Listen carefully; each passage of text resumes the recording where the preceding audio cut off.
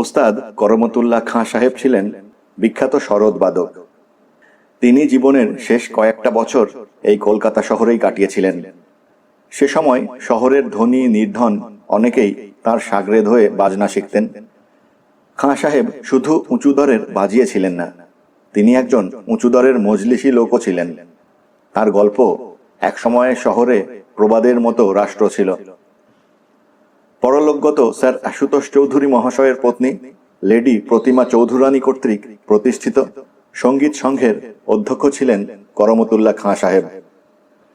আগেই বলেছি, ওস্তাদজি খুব মজলিসি লোক ছিলেন, যার ফলে আমরা তার জনকতক শিষ্য সেই ভোর থেকে আরম্ভ করে বেলা 9টা, 9:30 অবধি, আর রাত্রি 9টা থেকে রাত্রি 12টা, 1টা অবধি সেখানে আড্ডা জমাতুম। দেশ বিদেশের অনেক নামজাদা বাজিয়ে গাইয়ে আসতেন সেখানে। গান বাজনার জলসা যেদিন হতো সেদিন আড্ডা ভাঙবার সময়ের ঠিক থাকতো না। সন্ধে থেকে ভোর হয়ে যাওয়াও এমন কিছু বড় ব্যাপার ছিল না। গ্রীষ্মের ও পূজার সময় সংঘের লম্বা ছুটি থাকত এবং সে সময় খাঁ সাহেব নিজের দেশে যেতেন। তার বাড়ির মহিলারা কেউ সেখানে থাকতেন না। তাদের দেখাশোনা করার জন্যে বছরে অন্তত এই 2বার দেশে না গেলে তার চলত না। তিনি থাকতেন ভাড়াটে বাড়িতে এবং প্রতিবারই দেশে যাবার সময় বাড়ি ছেড়ে দিয়ে চলে যেতেন এবং ফিরে এসে আবার বাড়ি ভাড়া করে সেখানে গিয়ে উঠতেন। যতদিন না বাড়ি পাওয়া যেত ততদিন হয় মধু রায়ের লেনে কালীপালের বাড়ি বা কর্নওয়ালিস স্ট্রিটে গজেন ঘোষের বাড়িতে থাকতেন, আর আমরা সবাই ছুটোছুটি করতুম বাড়ির তল্লাশে।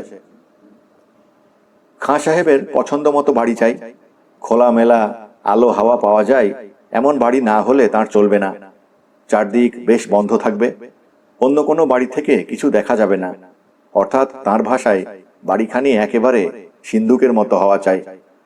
এখনকার লোকেরা হয়তো বিশ্বাস করতেই চাইবেন না, কিন্তু সেকালে সব সময়ে সব রকমের বাড়ি ভাড়া পাওয়া যেত। এই রকম একটা সময়ে খাঁ সাহেব দেশ থেকে ফিরে এসেছেন। শিষ্য সম্প্রদায় বাড়ির খোঁজে ব্যস্ত, কিন্তু সেবার আর মনের মতো বাড়ি জুটছে না। শেষকালে বেশ কিছুকাল খোঁজাখুঁজির পর একখানা বাড়ি পাওয়া গেল। বাড়িখানা মানিকতলা স্ট্রিটে ছাতুবাবুর বাজার ছাড়িয়ে গিয়ে যে কালী মন্দির আছে তার একটু আগে একটা গলির মধ্যে। তখন Kolkata improvement trust Chittaranjan Avenue তৈরি করছেন। এই বাড়িখানাও রাস্তায় পড়েছিল। বাড়িখানার সামনে পেছনে ডাইনে বাঁয়ে সব ভাড়া বাড়ি। কোনোটা একেবারে ভেঙে ফেলা হয়েছে, কোনোটা আস্তে আস্তে ভাঙা হচ্ছে। মাস 5-6 বাদে এখানেও ভাঙা হবে। অন্তত মাস 5-6ও থাকা যাবে এই মনে করে খাঁ সাহেব বাড়িটা পছন্দ করলেন এবং দিন 2-1-এর মধ্যেই জিনিসপত্র এনে এখানে উঠলেন। আমরা আগের মতন সকাল সন্ধ্যায় সেখানে জুটতে লাগলুম। রাত্রে অনেকখানি অন্ধকার গলি পার হয়ে তবে বাড়িতে ঢুকতে হতো।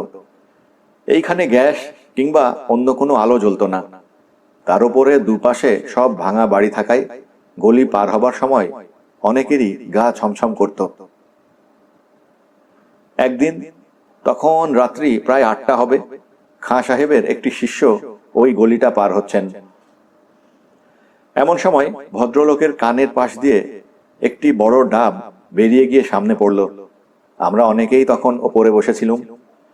ভদ্রলোকটি আমাদের এ কথা বলা মাত্র আমরা আলো ও লোকজন নিয়ে নিচে গেলুম। দেখলুম ডাবটা তখন পড়ে রয়েছে। সেটি মাথায় লাগলে তাকে আর উঠতে হতো না।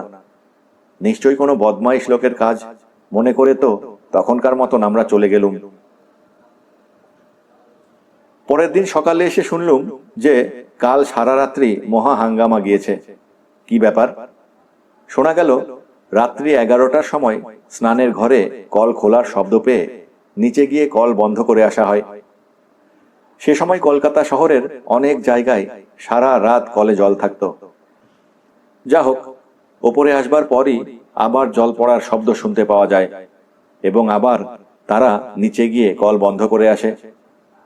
এই রকম বার কয়েক হতেই তারা 2-3 জন মিলে নিচে গিয়ে কল বন্ধ করে স্নানের ঘরের সামনেই বসে থাকে। কিন্তু একটুক্ষণ পরেই আবার কে কল খুলে দিতেই ভয়ে তারা উপরে উঠে আসে এবং সারা রাত ধরে জল পড়ে। দোতলায় একটা বড় হলঘর ছিল। এই ঘরে খাঁ সাহেব থাকতেন। তাছাড়া বাজনার আসর ইত্যাদি এই ঘরেই করবার বন্দোবস্ত হতো। সেদিন রাত্রে এই ঘরে বসে আমরা কাল রাত্রের সেই কল খোলার ব্যাপার সম্বন্ধে আলোচনা করছি।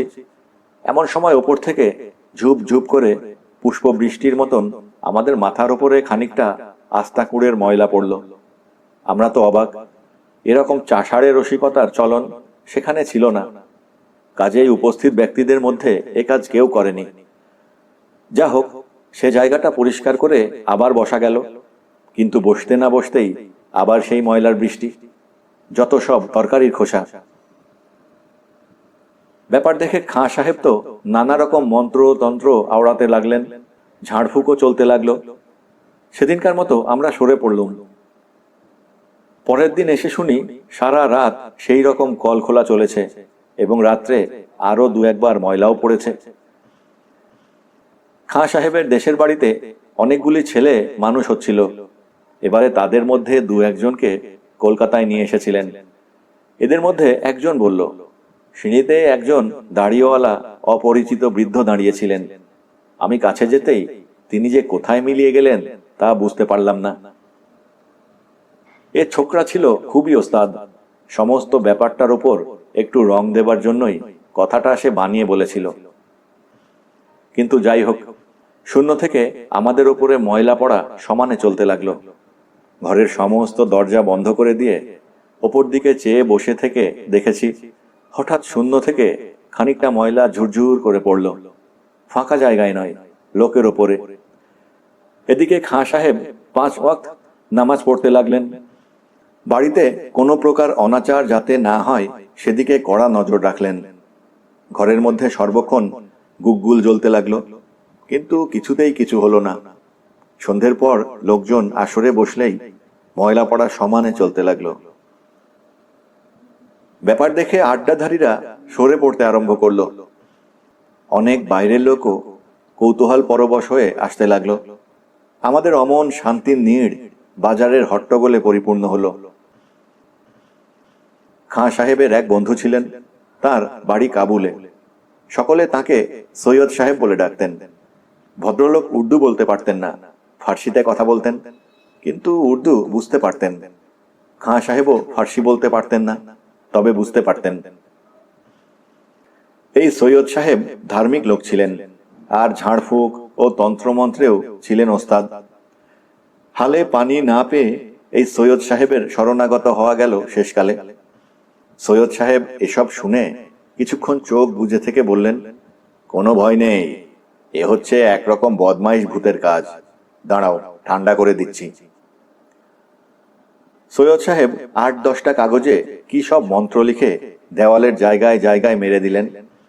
ঘরে খুব গুগ্গুল জ্বালানো হলো। তিনি নামাজ ও সেই সঙ্গে আরো কি কি সব পড়ে বলে গেলেন, ব্যাস, ভূত ঠান্ডা হয়ে গেছে, 2 দিন পর আমায় খবর দিও। ঠিক হলো, সেদিন সন্ধ্যের পরে ভূতের কল্যাণার্থে বিশেষ জলসা হবে। যারা আড্ডায় আসা বন্ধ করেছিল তাদের কাছে ও আরো অনেকের কাছে বিশেষ নিমন্ত্রণ পত্র পাঠানো হলো। সেদিন সন্ধ্যাবেলায় জলসায় অনেকেই এসে উপস্থিত হলেন। সৈয়দ সাহেব দেওয়ালের যে যে জায়গায় তাগা মেরে গিয়েছিলেন, আমরা সেই জায়গাগুলোতে দেওয়ালে গা সাঁটটা হয়ে বসলাম। সন্ধ্যা উতরে গেল। খাঁ সাহেবরা সকলে নামাজ সেরে এসে আসরস্থ হলেন। সকলের মুখেই ভূতের গল্প, যার যা অভিজ্ঞতা ও শোনা কথা বলতে লাগলেন সব। রাত 8টা অবধি কোনো অত্যাচার, ময়লা পড়া অথবা কল খোলা হলো না দেখে খাঁ সাহেব সাজ মেলাতে আরম্ভ করলেন। সেদিন সঙ্গত করেছিলেন বিখ্যাত তবলাবাদক দর্শন সিং। আজ তারা উভয়েই প্রেতলোকে। প্রায় 9টা নাগাদ খাঁ সাহেব বাজনা শুরু করলেন। বেশ জমিয়ে দরবারি আলাপ করে গত শুরু করেছেন। শ্রোতাবৃন্দ চারিদিক থেকে বা বহুত আচ্ছা প্রভৃতি প্রশংসাসূচক আওয়াজ ছাড়ছেন। দেখে অন্তরিক্ষে ভূত মশাই আর সংযম রক্ষা করতে পারলেন না। খাঁ সাহেব ও দর্শন সিং এর মাথার উপর বারবার ধরে খানিকটা পুষ্পবৃষ্টি হয়ে গেল।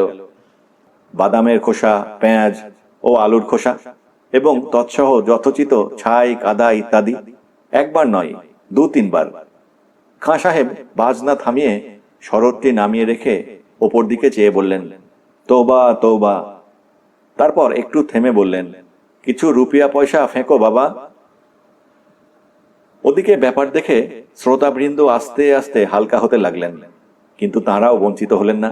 তাদের ওপরেও কয়েকবার পুষ্পবৃষ্টি হয়ে গেল। পরের দিন ভোর না হতে সৈয়দ সাহেবকে ডেকে আনা হলো। সব শুনে তিনি বললেন, এই হিন্দু পাড়ায় আমি মনে করেছিলাম এসব হিন্দু ভূতের কাজ, কিন্তু এখন দেখছি তা নয়।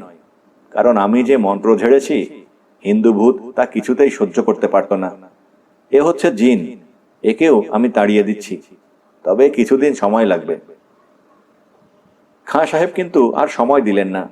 তিনি সেই দিনই জিনিসপত্র নিয়ে এক সাকরেদের বাড়িতে গিয়ে উঠলেন।